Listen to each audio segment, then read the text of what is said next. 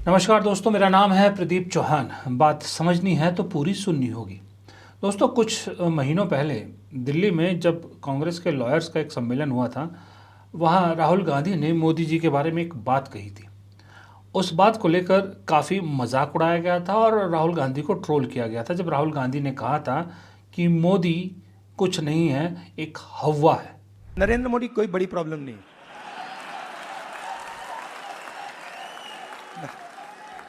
वो नहीं, मैं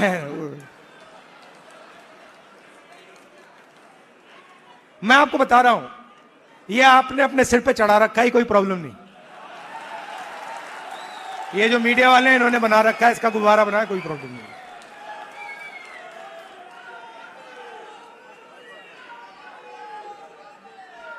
अब पहले पहले तो मैं मिला नहीं था, अब 2-3 बार मैं मिल भी लिया हूं, बात समझ गया हूं मैं, कुछ नहीं उसमें।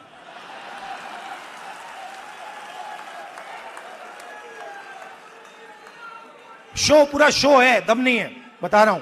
आप लोग मिले नहीं हो, मैं मिला हूं, बैठा हूं कमरे में।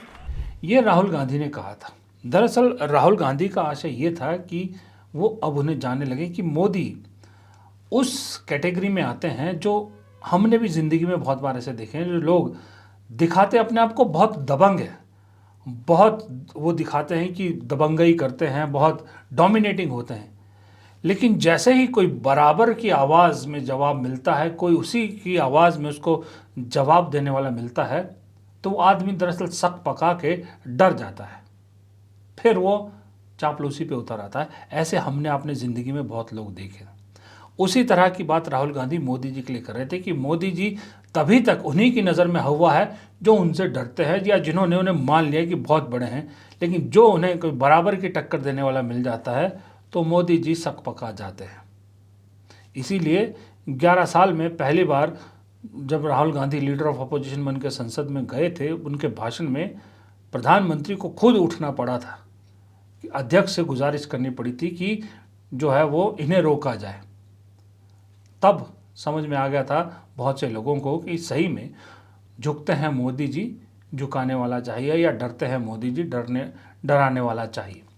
दरअसल आज मैं राहुल गांधी की बात इसलिए कर रहा हूँ, राहुल गांधी के इस बयान की, कि कल जब राम मंदिर में धर्म ध्वज रोहण हुआ, जिसमें मोदी जी मुख्य किरदार थे, जाहिर सी बात है, वहाँ पर आरएसएस प्रमुख मोहन भागवत ने भी कुछ ऐसा किया जिससे समझने वाले समझ गए कि मैसेज साफ था कि अब मोहन भागवत भी बराबर की टक्कर दे रहे हैं। और पिछले कुछ महीनों में जिस तरह से 10 साल तक संघ के नाम नहीं लेने वाले मोदी जी, संघ के हेडक्वार्टर ना जाने वाले मोदी जी, पिछले 5-7 महीनों में जिस तरह से संघ का बखान कर रहे हैं, लाल किले की प्राचीर से संघ के तारीफों के पुल बांधा, दुनिया की सबसे बेहतरीन एनजीओ कहा, डाक टिकट जारी किया, सब कुछ किया उनके 100 वर्ष के उपलक्ष्य में।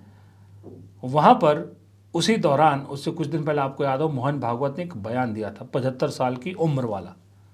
उस एक बयान से खलबली मच गई थी कि मोदी जी भी, क्या प्रेशर बनाया जा रहा है भागवत द्वारा मोदी जी पर कि 75 साल की उम्र में वो इस्तीफ़ा दें और किसी और को मौका दें, क्योंकि उससे कुछ दिन पहले खुद भागवत 75 साल के होने वाले थे। लेकिन आपको मालूम है, फिर पर्दे के पीछे सेटिंग होती है, बातें होती है। वो बातचीत हुई, भागवत जी ने कह दिया कि मैंने किसी को इस्तीफ़ा देने के लिए नहीं कहा, मैं भी नहीं दूंगा और न मैं किसी और को कहूँगा। लेकिन उससे पहले जो बयान दिया था, उस बयान ने सारा खेल कर दिया।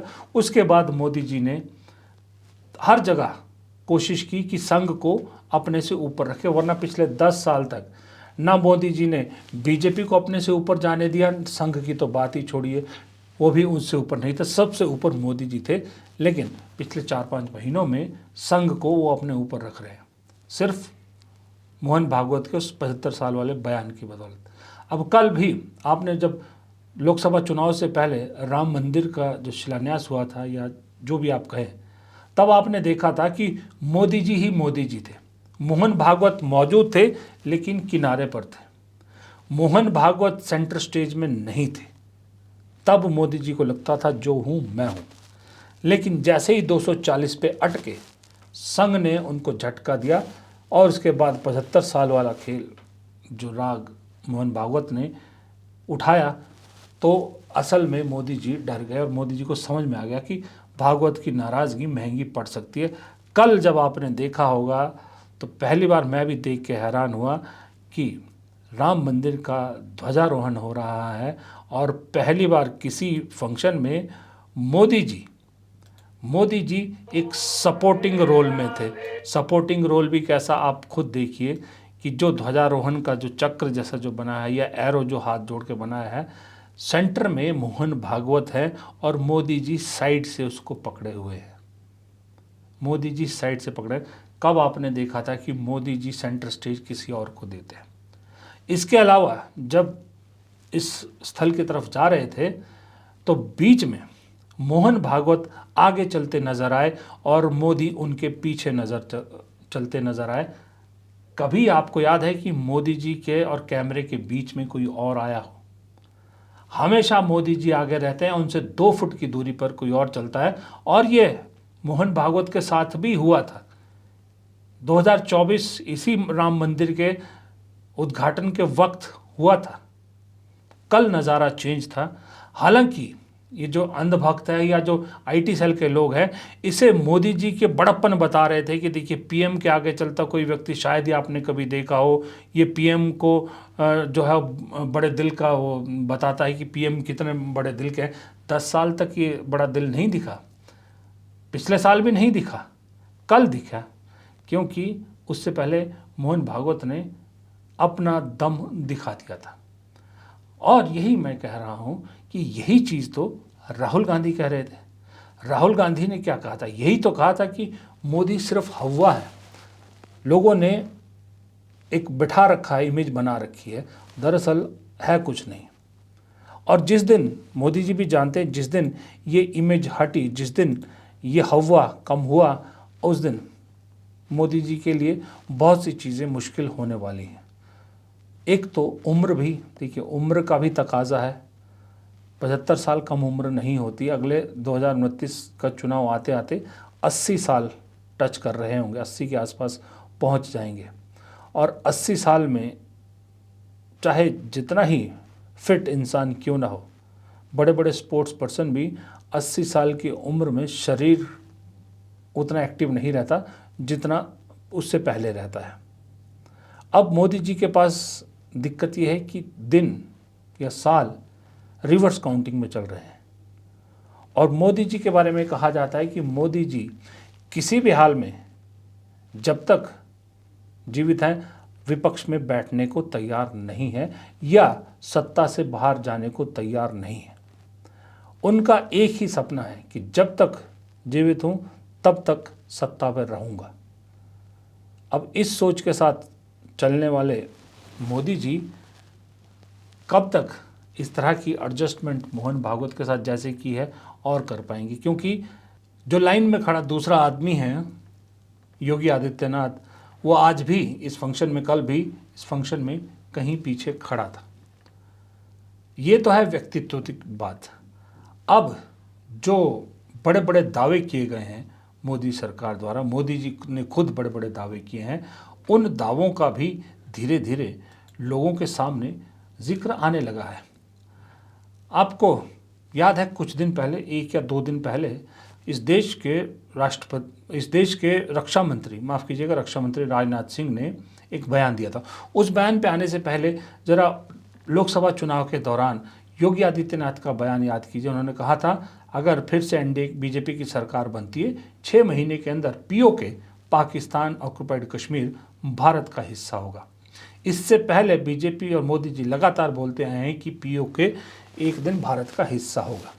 अब उससे एक कदम आगे बढ़ते हुए 3 दिन पहले राजनाथ सिंह ने, रक्षा मंत्री ने, एक बयान दिया जिसमें उन्होंने पीओके से आगे बढ़कर पाकिस्तान के सिंध का भी भारत में जल्द विलय की घोषणा कर दी। एक तरह से आज सिंध की भूमि, मेरे बहनों भाइयों, यह भारत का हिस्सा भले ही न हो, लेकिन सभ्यतागत रूप से सिंध हमेशा भारत का हिस्सा रहेगा। और जहां तक जमीन की बात है तो बॉर्डर्स तो बदल सकते हैं, क्या पता कल को सिंध भारत में फिर से वापस आ जाए। अब ये राजनाथ सिंह ने बात की, बयान दिया इसका जिक्र मैं इसलिए कर रहा हूं कि राजनाथ सिंह के बयान देने के 2 दिन बाद एक लड़की का वीडियो आता है जो अरुणाचल प्रदेश की है, जिसने अपना दुखड़ा बहुत से मीडिया हाउस के सामने रखा और प्रधानमंत्री को चिट्ठी भी लिखी है, जिसमें उन्होंने लिखा कि किस तरह से उन्हें चीन के शंघाई एयरपोर्ट पर बेइज्जत किया गया, परेशान किया गया, क्योंकि उनके पासपोर्ट पर बर्थ प्लेस इंडियन पासपोर्ट था, बर्थ प्लेस अरुणाचल प्रदेश लिखा था और चीन के अथॉरिटीज़ का कहना था कि अरुणाचल प्रदेश तो भारत का नहीं, चीन का हिस्सा है, आपको चीन का पासपोर्ट लेना चाहिए, आपका इनवैलिड पासपोर्ट है। 18 घंटे उस लड़की को वहाँ परेशान किया और उन तखार के बेचारे को मोदी जी को चिट्ठी भी लिखनी पड़ी। आप पीओके छोड़िए, सिंध छोड़िए, वो तो बाद में देखी जाएगी। पहले जो आप ही के हिस्से को क्लेम कर रहा है और आपके नागरिकों को परेशान कर रहा है, उस तरह से बेइज्जती कर रहा है, उसका तो जवाब दीजिए। वो लाल आंख, ठीक पूछ रही कांग्रेस कि वो लाल आंख आखिरकार 12 साल हो गए इंतजार करते हुए, वो लाल आंख कब दिखाई जाएगी चीन को? कब उस चीन से जो है वो बराबर का हिसाब किया जाएगा, बराबर का जवाब दिया जाएगा, जो चीन ऑपरेशन सिंदूर के दौरान खुलेआम पाकिस्तान के साथ खड़ा था, लेकिन जैसे ही अमेरिका ने टैरिफ लगाया, हम फिर उसी चीन की शरण में जाने को तैयार हो गए। करनी और कथनी के फ़र्क की मैं बात कर रहा हूँ। ये करनी और कथनी के फ़र्क में आपको समझना पड़ेगा। और अब मोदी जी को क्या कहूँ, मैं पहले भी कह चुका हूँ कि अगर मोदी जी शायद नेता ना होते तो बहुत अच्छे अभिनेता होते। कल भी उस ध्वजारोहण के वक्त में बहुत सी चीज़ें मोदी जी ने ऐसी की जिससे बहुत बढ़ा चढ़ाकर कहा जा रहा है, और मेरे हिसाब से वो टोटल थिएट्रिकल थी, वो अभिनय से ज़्यादा कुछ नहीं था। और अभिनेता किसके लिए करता है? हमारे लिए, आपके लिए नहीं। जो सामने कैमरा होता है पहले उसके लिए करता है। हमारे पास तो कैमरे के थ्रू पहुंचता है ना। और मोदी जी कितने बड़े अभिनेता है, आप ये देख लीजिए, एक ही जेस्चर हर फ्रेम में वो दिखता है। वो चाहे एससीओ समिट हो, चाहे G20 साउथ अफ्रीका में हो, वो हो, एक ही पोजीशन बीच में खड़े होते हैं और एक ही तरह की उंगली और एक ही तरह का इशारा। यानी मोदी जी जो करते हैं वो कैमरे के लिए करते हैं। वो जानते हैं, इस पे तारीफ भी मोदी जी की करनी चाहिए आपको। वो जानते हैं कि कैमरा किस एंगल से मुझे पकड़ेगा और कैमरे की आंख में किस एंगल से मैं बेहतर नज़र आऊँगा। इस चीज़ के लिए तो आपको तारीफ़ करनी पड़ेगी मोदी जी की।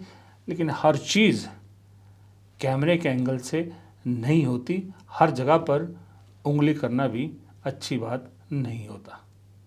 फिलहाल इस वीडियो में इतना ही। प्रदीप चौहान को दीजिए इजाज़त। नमस्कार।